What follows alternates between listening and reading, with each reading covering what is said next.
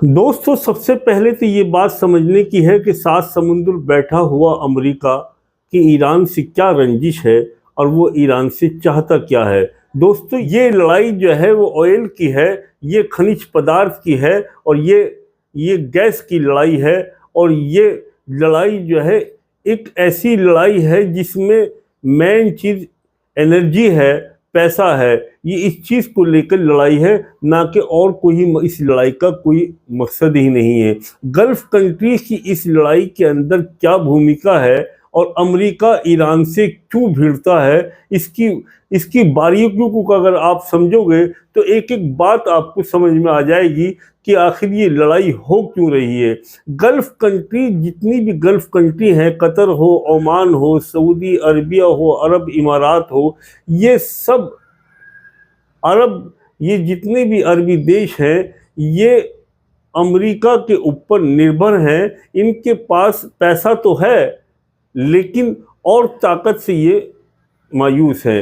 इनके पास में आर्मी नहीं है, इनके पास में और कोई ताकत नहीं है, केवल पैसा है। और अमेरिका ने इनको वहाँ पर बेस बनाकर इस बात की गारंटी दी है कि आपके ऊपर अगर कोई भी हमला होता है या कोई भी आपको आंख दिखाता है तो मैं उसकी आंख में आंख डालकर उसकी आंख निकाल सकता हूं और आपकी पूरी हिफाजत और आपका पूरा डिफेंस रखूंगा। ये अमेरिका ने इनको गोली दे रखी है।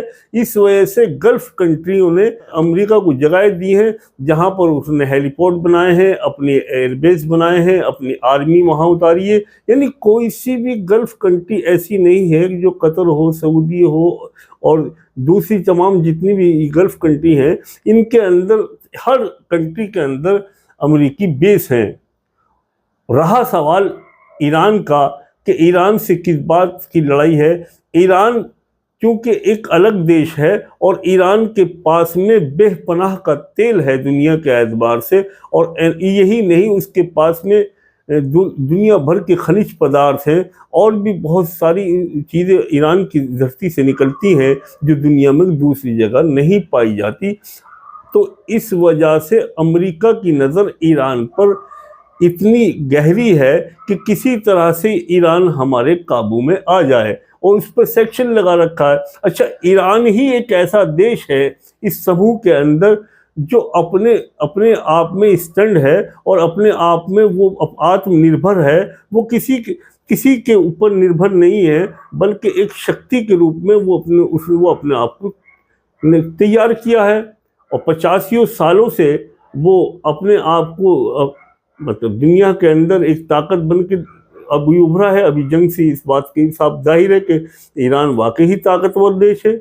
अब चूंकि ईरान की और अमेरिका की पड़ती नहीं है और ईरान अब इतना दौलतमंद, इतना पैसा वाला होने के बावजूद जो अमेरिका में पैसा नहीं खर्च करता, अमेरिका में इन्वेस्ट नहीं करता, 1 रुपया नहीं लगाता, तो उसकी किसी मार्केट में, होटल्स में और किसी चीज़ में भी वहाँ वो 1 रुपया खर्च नहीं करता, बल्कि ईरान का पैसा रशिया में और चाइना के में वो अपना पैसे को इन्वेस्ट करता है। ये है असल लड़ाई ईरान और अमेरिका की। और ये गल्फ कंट्री जो है, गल्फ कंट्री बड़े मोटा पैसा अमेरिका की मार्केट में लगाती हैं और अमेरिका उससे मालोमाल है। वहाँ की इकोनॉमी बहुत ज़बरदस्त है और अमेरिका यानी गल्फ कंट्री के पैसे से अमेरिका के बैंक चलते हैं। गल्फ कंट्री के पैसे से वहाँ की मार्केट के गुलजार हुई हुई है। और अमेरिका, एक छोटी सी मिसाल समझ लो कि अमेरिका एक मार्केट है जहां पर ये अगर सऊदी गल्फ कंट्री 1 रुपया लगाती हैं, यानी अगर 100 रुपये लगाती हैं, तो अमेरिका गल्फ कंट्रियों में 15 रुपये या 10 रुपये ही अपना इन्वेस्ट करता है। और वो पैसा भी उसमें क्या करता है कि वो फैक्ट्री लगाता है, इंडस्ट्रीज लगाता है और इनको जो डिफेंस दे रखी है उसने, इनको जो दहशत बिठा रखी है कि मैं राजा हूँ, मैं सुपर पावर हूँ, दुनिया की सबसे बड़ी पावर हूँ और मैं आपकी हिफाजत के लिए यहाँ आया हुआ हूँ, इस डील के ऊपर, डिफेंस के ऊपर वो एक मोटी रकम इनसे वसूलता है और अरबों को देना पड़ता है। अब यही वजह है कि अरब तमाम जितनी भी गल्फ कंट्री हैं वो अमेरिका से दबती हैं, अमेरिका के ऊपर रहम करम पे वो रहती हैं और अब वो यही समझती हैं कि अमेरिका, अगर कोई हमारे ऊपर आफत मुसीबत किसी टाइम भविष्य में आएगी तो अमेरिका हमारा सहयोगी होगा, अमेरिका हमारा हमदर्द होगा, अमेरिका हमको बचाएगा। और इसी की वजह से बहुत मोटा पैसा अमेरिका की मार्केट में लगाते हैं और अमेरिका उसी पैसे को लाकर इनके देश में लगाता है और बहुत मोटा पैसा कमाता है। अब गल्फ कंट्री के राजाओं की, इनकी बादशाहों की मजबूरी यह है कि ये पैसा आखिर कहाँ खर्च करें, कहाँ, क्योंकि पैसा बहुत मोटा है, ऑयल निकलता है, ज़मीन से पैसा उगलती है, सोना है, तो ये इनको अब क्योंकि अमेरिका में पैसा इनका एक सेफ, ये महसूस करते हैं कि हमारा पैसा महफूज भी है और यहाँ मार्केट में लगा के इन्वेस्ट करके हम पैसे भी कमाते हैं। अब ये बात ईरान बहुत अच्छी तरह समझता है कि तमाम गल्फ कंट्री का पैसा अमेरिका खा रहा है, अपने ऊपर इसके देश में लग रहा है, जिसका पैसा जिसकी वजह से अमेरिका मजबूत हो रहा है। तो ईरान ये चाहता है कि गल्फ कंट्री उसके पाले में आ जाएं और मैं भी अमेरिका से बेहतर इनका हिफाजत करने वाला बन जाऊं और मैं इनका पैसा जो है वो अमेरिका में न जाने दूं। इसी वजह से अभी आपने देखा कि ईरान ने शर्त रखी है कि जंग जब ख़त्म होगी जब हम चाहेंगे, और उसके लिए शर्त यह है कि गल्फ कंट्री से अमेरिकी एक बेस यहाँ से हट जाना चाहिए। जब तक अमेरिकी बेस यहाँ से नहीं हटेंगे मिसाइलें हम ऐसे ही चलती रहेंगी। उसकी आपने मिसाल देखी कि दुबई के अंदर बराबर वार हो रहा है, कतर के अंदर जो अमेरिकी बेस है उसको ईरान छोड़ ही नहीं रहा है। जहाँ जहाँ भी मजबूत अमेरिकी बेस है और जहाँ से उससे ईरान पर हमला हो रहा है, ईरान उसको बख्श ही नहीं रहा है। और ईरान चाहता है कि गल्फ कंट्री के अंदर ना तो अमेरिकन कोई बैंक हो और ना अमेरिकन कोई इंडस्ट्रीज हो और ना ही कोई अमेरिकन आर्मी बेस हो। ये कुछ नहीं होना चाहिए। अमेरिका नाम की गल्फ कंट्री के अंदर कोई भी बात नहीं होनी चाहिए और यहाँ से अमेरिका का सफाया होना चाहिए। अगर ऐसा हो गया और ईरान अमेरिका को गल्फ कंट्री से भगाने में कामयाब हुआ तो इसका असर अमेरिकी इकोनॉमी, उसकी आर्थिक स्थिति डामाडोल होगी और अमेरिका के ऊपर इसका बहुत बड़ा असर पड़ेगा, डॉलर पे भी इसका बहुत बुरा असर पड़ेगा। फिर जब हिफाजत करने वाला ही यहाँ से निकल जाएगा तो गल्फ कंट्री वाले जिन पर आर्मी नहीं है, जिनके पास में मजबूत कोई ताकत नहीं है, वो किसके सहारे होंगे? फिर तो ईरान ही है उनका मददगार और हमदर्द। इस बात को अमेरिका बहुत अच्छी तरह समझता है कि ये दोहरी चाल ईरान खेल रहा है। यहाँ से इनको अपने अंडर में भी, काबू में भी ले रहा है और यहाँ से हमें खदेड़ना चाहता है। यही है कि होर्मुज को उसने पूरी तरह से बंद किया हुआ है ताकि आर्थिक और सिर्फ इनको तोड़ा जा सके, इनके कारोबार को रोका जा सके। दूसरी जगह से जहाँ तेल जा रहा, दूसरी जगह से वहाँ भी हम ईरान ने इस रुकावट लगा दी और होर्मुज को तो पूरी तरह से बंद कर दिया। यानी ईरान चाहता है कि इजराइल और अमेरिका के जितने भी हिमायती देश हैं उनका माल यहाँ से ना निकले। और इसका दूसरा मकसद एक ये भी है कि वो पूरी दुनिया को एहसास कराना चाहता है कि ईरान वाकई ही पावरफुल है और ईरान चाहे तो पूरी दुनिया की गतिविधियों को और हर देश को से इससे प्रभावित हो रहा है, चाहे वो भारत हो, चाहे वो श्रीलंका हो, चाहे पाकिस्तान हो, अफगानिस्तान हो, मिडल ईस्ट के देश हों, चाहे नाटो देश हो। ईरान और अमेरिका की जंग से तमाम देशों भी प्रभावित हुए हैं। और हुर्मुज को बंद कर देने का मतलब तो ये है जैसे नाकाबंदी कर दी गई हो और पूरी दुनिया के अंदर कि हुक्का पानी बंद कर दिया गया हो। जिन देशों का इस लड़ाई से कोई ताल्लुक और संबंध नहीं है, आज वो देश भी इस लड़ाई की वजह से मजबूर और परेशान हैं। और दूसरी तो उसकी एक रणनीति आप देखिए कि जिन देशों में ईरान अपना इन्वेस्ट करता है, अपना पैसा लगाता है, यानी रशिया के अंदर, और रशिया पे भी सेक्शन लगा हुआ है, ईरान पे भी सेक्शन लगा हुआ है, दुश्मन दुश्मन दोस्त दोस्त। चाइना से 36 का आंकड़ा है अमेरिका का, वो भी ईरान का ज़बरदस्त दोस्त। तो ईरान चाइना में पैसा खर्च करता है, अमेरिका में नहीं करता। ये सब लड़ाई की एक पॉइंट ये है लड़ाई का। दूसरा, वो रशिया में खर्च करता है, अमेरिका में नहीं करता। तो अमेरिका में पैसा नहीं खर्च करता, बल्कि चाइना में खर्च करता, रशिया में खर्च करता है। और हुर्मुज का रास्ता भी इन्हीं दो देशों के लिए उसने खोल रखा है। रहा सवाल इंडिया का, इंडिया 3 में न 13 में, इंडिया न इधर का है न उधर का है, न इंडिया अमेरिका की तरफ है, न इजराइल की तरफ है, न ईरान की तरफ है।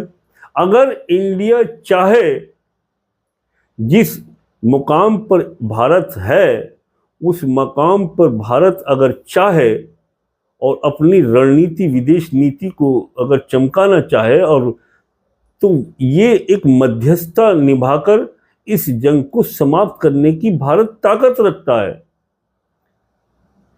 लेकिन भारत अगर इस मौके को खो देगा तो सबसे बड़ा नुकसान होगा, क्योंकि भारत एक ऐसी ताकत है, क्योंकि भारत के ताल्लुक वो बतलाते हैं कि 5000 वर्ष पुराने हैं ईरान से, और आज़ादी के बाद तो हमारे ज़बरदस्त हैं। क्योंकि जो ईरान के लोग हैं, शिया समाज के लोग, वो वहाँ के लोग इंडिया में बहुत बड़ी तादाद में पाए जाते हैं। लद्दाख के अंदर, यूपी के अंदर और दूसरे स्टेटों के अंदर हैं। और बल्कि ऐसा है कि बहुत से लोग वहाँ बसे हुए हैं ईरान में, बहुत से ईरान के इंडिया में हैं। इतना गहरा संबंध है, इतना गहरा नाता है। यही नहीं, महात्मा गांधी के नाम पर सड़कें हैं, लाइब्रेरी है, उनकी यूनिवर्सिटी का नाम महात्मा गांधी रखा हुआ है।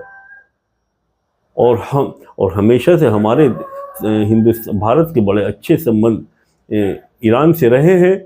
और ईरान जिस वक्त में तमाम मुस्लिम देशों ने एकजुट होकर, एक यूनिटी बनाकर, एक सुर में सुर मिलाकर ये कहा कि कश्मीर पाकिस्तान का है, तो उस वक्त में ईरान था जिसने कहा कि ये बात सरासर सिरे से नकार दी, खारिज की, और कहा कि भारत हमेशा से अभी अंग है। कश्मीर जो है वो भारत का हिस्सा है और हमेशा भारत का हिस्सा ही रहेगा। तो ये जुर्रत किसके अंदर थी? ईरान के अंदर थी। जब तमाम मुस्लिम देश एकजुट होकर कह रहे थे कि कश्मीर में जो है पाकिस्तान को दिया जाए, पाकिस्तान का हिस्सा है, लेकिन ईरान कहता था नहीं, ये हिंदुस्तान का हिस्सा है। और जिससे हमारे वैसे भी आदान प्रदान हमारी चीज़ें होती हैं, हम लोग वहाँ पर एक्सपोर्ट करते हैं, वहाँ से कुछ सामान बनाते हैं, तेल हमें बहुत सस्ता मिलता है। लेकिन अमेरिका के कहने पर हम ईरान से तेल लेना बंद कर देते हैं। यार, ये कौन सी समझदारी है? अमेरिका का इतना क्या दबाव है? अमेरिका कहता है रशिया से तेल नहीं खरीदो, तो हम कहते हैं जी हुजूर, आपकी बात सराखों पर, हम रशिया से नहीं लेंगे।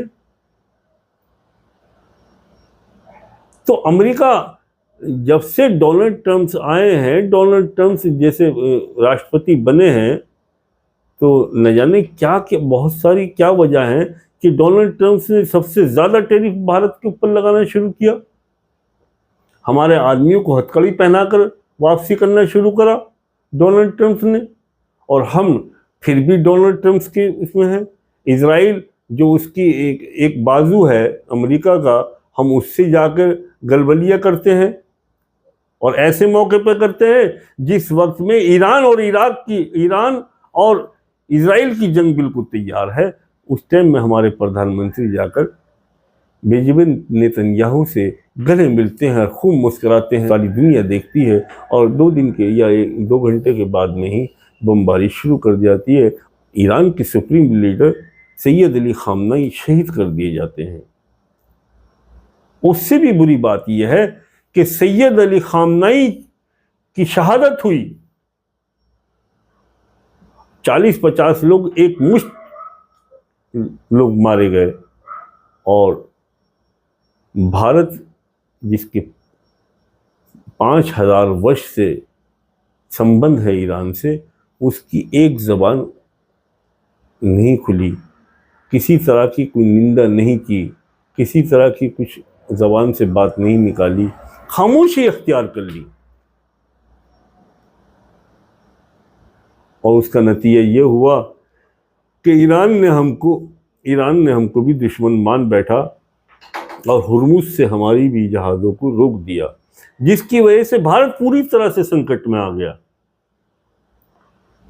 भारत की इकोनॉमी गिर गई, भारत के अंदर इंडस्ट्रीज बंद हो गई, और इंडस्ट्रीज में काम करने वाले हजारों लाखों वर्कर बेरोजगार हो गए।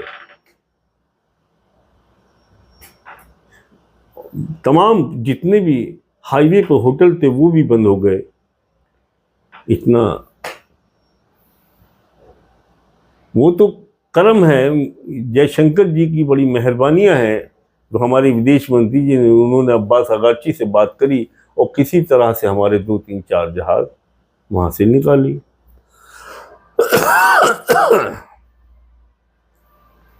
यानी जो काम माननीय प्रधानमंत्री नहीं कर सके वो जयशंकर ने करके दिखा दिया। अरे जयशंकर, आप भी तो कर सकते थे, आप भी तो विदेश नीतियों के माहिर हैं, आप भी तो इतने समझदार हैं, आप तो विश्व गुरु कहलाते हैं।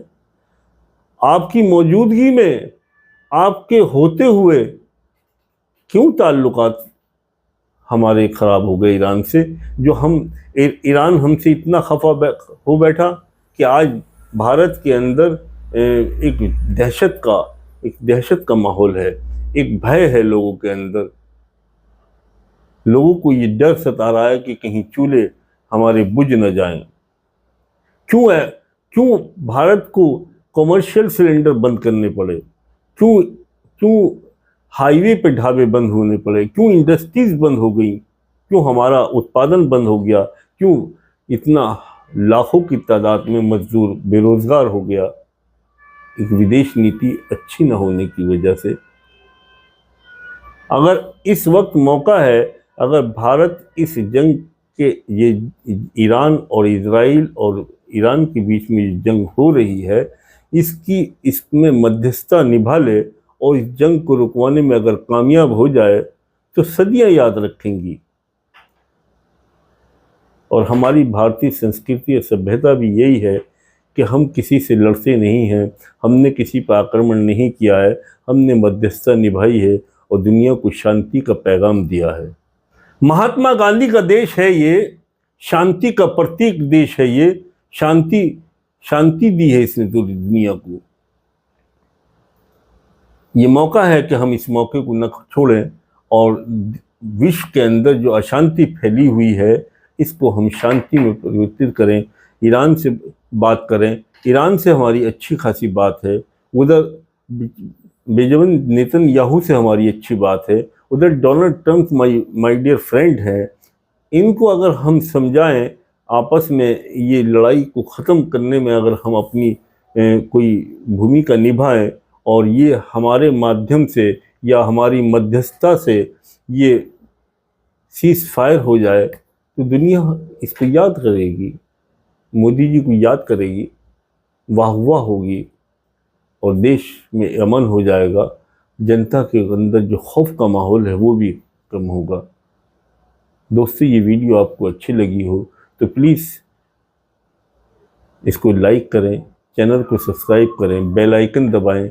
मेरे विचार आपको अच्छे लगे हों तो कमेंट्स ज़रूर करें। कोई गलतियां हो गई हों तो वो भी बतलाएं और हमेशा राष्ट्र और देश के हित में रहें। जय हिंद, जय भारत।